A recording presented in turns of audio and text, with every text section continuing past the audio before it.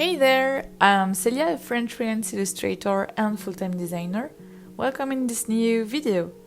It's almost the end of September and it means that October and one of the most famous art challenge is coming. In October takes place the Inktober drawing challenge, launched a few years ago by Jake Parker. And the concept at the beginning was to draw one black ink illustration every day for the whole month, and there was a prompt list that everyone followed to create their ink illustration. It's a really huge event and a lot of variations of this challenge emerge through the years. There is a bunch of awesome prompt lists published by the art community every year, and it became a huge event where artists around the world are challenging themselves to create. I really love this event because it helped me to focus on improving some techniques and to push my creativity.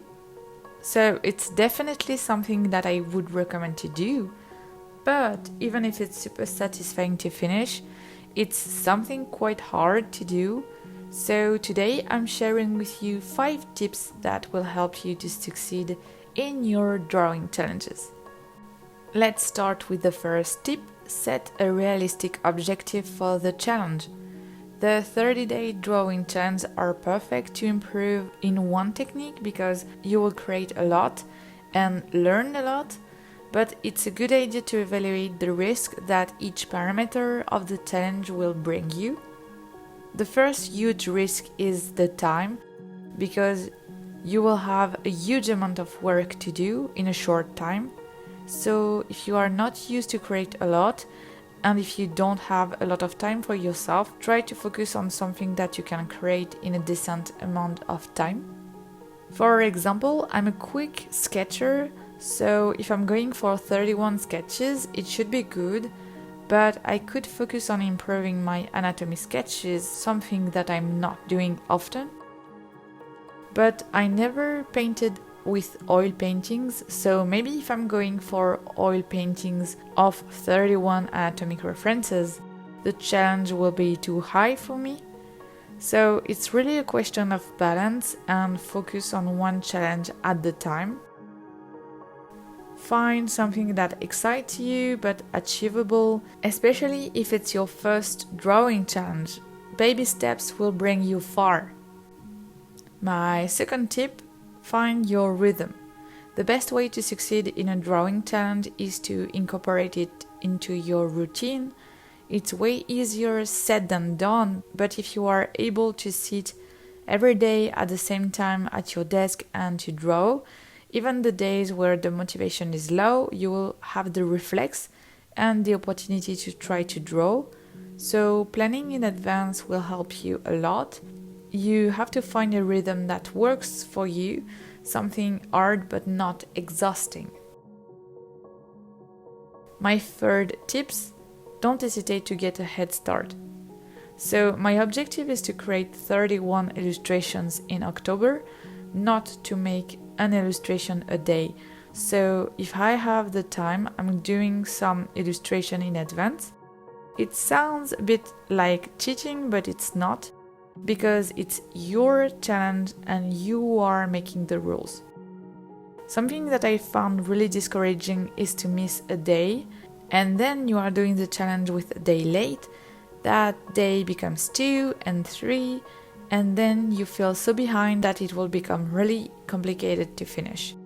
On the other hand, use the beginning of the challenge and the high motivation of the first days to get ahead will help the future you some days where it's going to be really difficult for you to keep following the rhythm. When the prompt lists are released in advance, take some time before the beginning of the challenge to work on your concept and sketch the different entries. You don't need every entry to be ready before the beginning of the challenge, but having a clear idea of what you will need to draw will help you a lot. My fourth tip is to create a concept and keep you some space to evolve. One of the most complicated things in the 30-day challenges is to stay motivated. Following a prompt list is a good idea to know what to do, but some prompts won't be as interesting as others. And 30 illustrations is a lot, so you will have to stay motivated to go through all of these drawings. Create your own additional concept that you will work on and elaborate during the challenge. Will add a guide and some structure to your work. Don't be too rigid though, because if you are putting too many rules, it's not going to be fun either. Be smart and listen to yourself. If after a few days you are not feeling it, make some changes, make your technique evolve, reduce the number of illustrations that you want to make for the whole month or something else. The objective is to have fun and to progress, so don't put yourself in a place where you don't want to be. And finally, the last tip, accept the fact that you will make some things less beautiful than others. When you are doing 30 illustrations, you are probably going to hate some of them, and you're probably going to love some of them, and every variation of hate and love in between. So be patient with yourself. It's normal to do ugly things sometimes, and it's okay. The drawing challenges make you focus on the quantity, and you have to balance the speed with the quality of your illustration. It's not an easy exercise, but it's super interesting.